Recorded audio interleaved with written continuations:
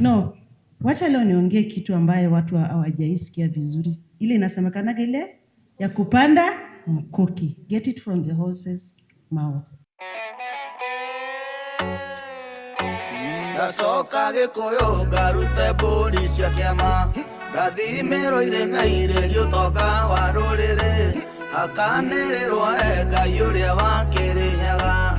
Ndacoka Gikuyu gĩtũmi ndĩ Mũgĩkũyũ. Names are Apofia Sawina Kabuya. I'm married. Mimi nimeolewa pande hii ya Murima.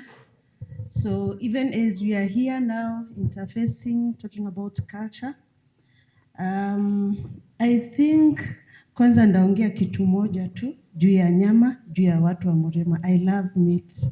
Meat is not bad. Hata Mungu mwenyewe siku ile kwa Biblia ilisemekana kulikuwa na sacrifice. Alichukua nyama akakataa manyini. So saa zingine tuangalie nyama. There are benefits, I'm sure, about meat. This is just on a light note. So I'm here also to talk about the Maasai culture. And just before I give my perspective about it, culture is good. For me, I love culture because culture has defined me. Culture has given me definition. So as much as the modern woman today is trying to conflict herself or even trying to find so many things, let us also embrace culture. I'm privileged enough, not privileged, but I was talking to someone na nikamwambia I have my sisters who are married, wameolewa na wazungu. Funny enough, wakienda huko, they speak their language, wanakula chakula yao, they are well integrated. But for us African ladies, leo ukiolewa na Mluya, why can't you learn that language? Why can't you know how they eat? Ama ni ngozi tunaogopa. Food for thought. So we also, kama nimeolewa na Mkikuyu, niongee Kikuyu, I behave like them, na niishi kama hao, because, I mean, kama sasa mimi mweusi kwa mweusi nikikataa culture ya mtu mwingine, how will it look? So anyway, let me take you through about the Maasai culture. For us, they are very patriarchal, almost like Luyas. Mtoto ni wa baba. So hata ukifanyaje, utaenda tu, uache. But in Maasai land, there is no divorce.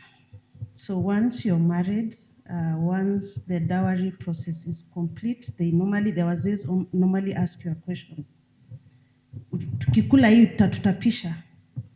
So once you say no, then they will watakupeana and they tell you, we've also given out your grave. So there is no way you'll come back. And sasa kwetu upande ya Murima nasikianga, kuna mahali ikifika rurasho inavunjwa. In Maasai land hakuna kuvunja. So even if you maybe divorce or you separate and maybe you want to get married to another man, huyu mzee mwingine atakuja alipe tu ng'ombe 2 extra juu ya watoto if you have. But it cannot be broken. And you cannot also be buried at home. Say for these days where now we have small instances, but supposedly you cannot be buried na kwenu, utapelekwa maybe kwa your uncles or from your clan.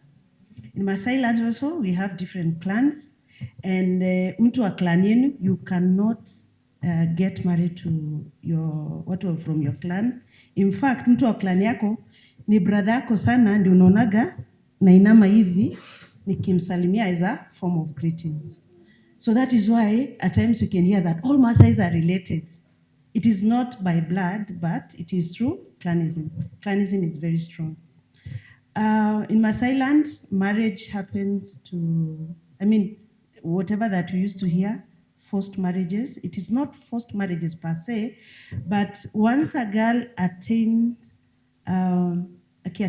age, maybe say from 9 years, from 9 years to around 12 years, ready for marriage. So for Maasai land, for Maasais, unatairiwa. Kutairiwa was a source of, it was an indication to say that now you're ready for marriage. So once umetairiwa, inasemekana you're a woman now, you're a grown woman na unapeanwa. Marriage also is done in a very specific way. You cannot just get married ama mpeanene watoto. Kuna wazee wataenda waangalie mbegu, wajue hii ni mbegu fulani na hii na hii na hii na hii na hii na hii. So you cannot just mzee tu amekuja then anakuoa tu. No. There was a lot of research that was done.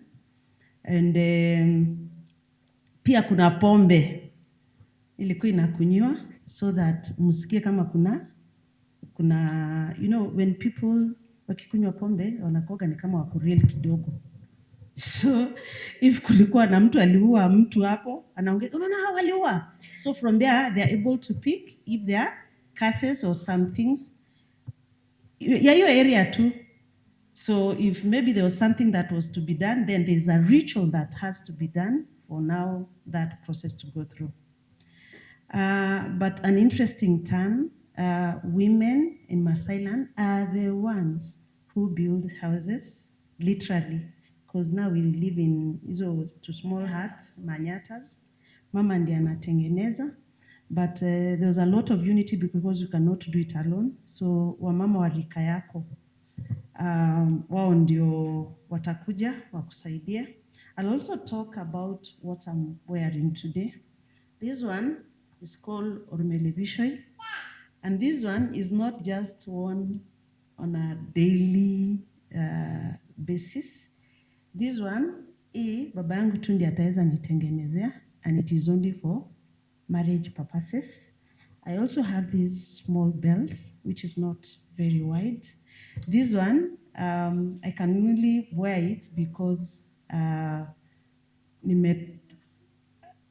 I'm not very old, so I'm supposed to wear this one. But as I grow now, nikuwe mama kabisa, the length na nini ina change, na width pia ina change, it becomes more pronounced. And by this, nikivaa, any man would know that I'm a married woman na niko kwa hii kiwango fulani. An interesting part again about the Maasai culture, it is, of course now it is becoming controversial because tulikuwa tunasema naked and not ashamed. Hatuko tunavaa nguo most of the time, especially when you are a young girl. Kitu kadogo tu hapa huku juu. Yet there was no rape. And of course now people are abusing that term, wakisema my dress, my choice, ama we were naked and yes, not ashamed. But at that particular time, there was a lot of kirira. Now, unaona mpaka nataka kusahau sasa Kimasai. Kirira for men, ambaye there was so much discipline that you'd be allowed to sleep with young girls and not do any penetration. You just play along, you play, and you cannot do it. So with that, the mind was so disciplined that hata ukiona nini, you cannot rape. There was no rape, there was no incest. Early pregnancies were, and still up to now, bado haikuwa. So those kireras to me were very important, and maybe they should now be introduced to the modern or our boys, so that you cannot see vile tu kiona mtu vile yuko, then no. Umeenda hapo. Then we also have the aspect of spirituality. We have seers. Maybe from the perspective of, how do I put it? Maybe to make it similar to, I think, many other tribes. There was one particular clan that ndio inafanyanga rituals. And in case of mvua, they are able to call for mvua. There are some rituals that are done na wanaweza kutimiliza. Children who are born with disability kwetu, there was also a problem with it, wanauliwa. In fact, wanaitwa engoki. So ukiona hauliwi sana now because watu waliogopa sasa kuwaua, there are some rituals that were done and wanakufa. Death, women do not, sisi tunaogopa sana kifo, and I think up to now I'm still traumatized mimi mwenyewe na kifo. So anytime kuna a dead body ama kuna mazishi, children and women were not allowed actually to participate. Women do not pray, but there are rituals that are done, especially during childbirth. That is the time now they wanadhaidha Mungu sana. During that time where you are allowed, it's like worshiping God na, especially for those who have milk, mna nini hivyo is a form of hivyo. And then when there is also war, the women would cry, but ni kama not cry per se, kudhaidha Mungu, kuambia keep nini? Keep our tribe to be safe. And then naming of children. Mtoto akizaliwa hangenemewa immediately. You stay for 7 days. So nasemekanaga tu yani kitu, it's like calling it it not, it's like a fetus. You cannot give it a name until 7 days zimekuwa, and then you are not meant ufungue uchi ya mtoto wakati anazaliwa. So it's the mother who will keep that as a secret mpaka now up to 7 days. But now they also had a code ya kuelezea wamezaa nani. So after hizo 7 days, there's a ceremony that will be done, and then they will ask. It's like you don't ask directly umezaa nani. So there is one who will ataimba wimbo, and then that wimbo will lead to sex ya mtoto. So and then mtoto unamlalisha hapo ukimzaa throughout, kwa nini yako, kwa your tummy, na hapa hivi all the time. And unaona this shuka now is there so that you can always carry your child, ama umfunikie hivi throughout until akiwa 2 years. So that is when now utakuwa safe, useme now I can even nimwache kwa hawa caregivers wengine. Mtoto akizaliwa pia chakula ya kwanza ile angepewa ni butter. There is a way mnatengeneza your butter from the cream, then mtoto anapewa na hangepewa na mtu yeyote. So it's a specific sort of women will give. And then pia mwanamke akizaa, not everybody will sit on that bed. Ile mnakuja tu tumeka kwa hiyo kitanda, no. And especially if you are not married, you cannot sit on that. Hawezi kaa kwa hiyo kitanda. And then naming also, when you name, you don't just pick a name, you name after great people. Like even in part of my family, tuko na Ngala, tuko na Kenyatta, tuko na who else? There's Ntimama. There's even another missionary who came during kulikuwa na what is it called? Kulikuwa na famine kubwa sana, but he came akasaidia watu. Watoto wengi wanaitwa Bruce, named after that mzungu. I think, and also I think now this is universal. Women do not inherit lands. Say for today, where of course these days the constitution has allowed that, but women do not inherit land. Another very, very interesting thing about the Maasai and the children, if there is a barren woman, let's say hazai na hapati mtoto, then community itakaa hivi ama the clan or the family watafute mtu, maybe your sister or someone from your clan, akuje na akubebe hiyo mimba na azae.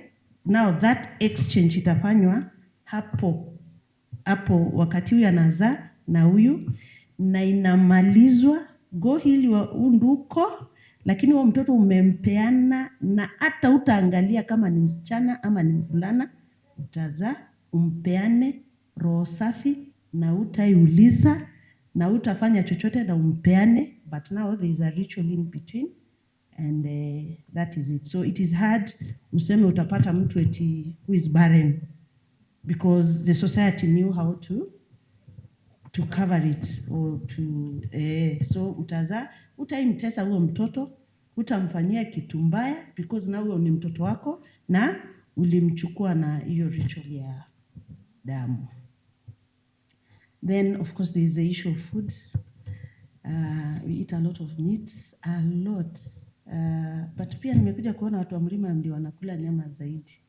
It's only that there is a way they had, but we eat a lot of meat, we eat a lot of, but now Maasai is our fully starch. So ukikula nyama, unakula nyama peke yake. And then of course there is the issue of herbs ambaye mnakunywa. Kama nimemi sana motoriki inaitwa supu, where there is a lot of herbs ambaye zinaekwa. But that one, when there was also a certain research that was done, we came to realize that fertility rate, nyama protein peke yake inafanya fertility rate ikwe chini. And that is why Wamasai sio wengi, hawazai sana, not like Luyas. Because Luyas do a lot of starch, na starch inapandisha fertility rate. So utakuta mama hajafanyiwa family planning or whatever, but amezaa watoto 2, 3 na imeisha. It is because of doing a lot of proteins. So I think with that, hiyo ndio. No, wacha leo niongee kitu ambaye watu hawajaisikia vizuri. Ile inasemekana ile ya kupanda mkuki. Get it from the horse's mouth. It is true. Kuna hiyo nini inaitwa si mkuki, it's a spear. Now it is true, but haikuwa it is spear ndio mtu aende alale na bibi ya mtu. I think what people need to know, hakuna binadamu unless hao wanaume watuambie atakubali kushare mwanamke, ni animals too. But now since our hearts were very small, zilikuwa tudogo sana na iwezi accommodate tuseme watu, na we are nomads moving from one place to another one. Mzee alikuwa akikuja, utakuja kwa boma ya rika yako, your age set.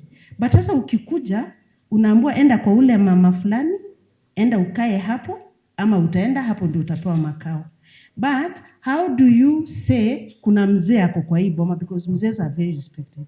You put your spear kuonyesha kwamba there is a mzee warika wa hii boma ndio ako hapo.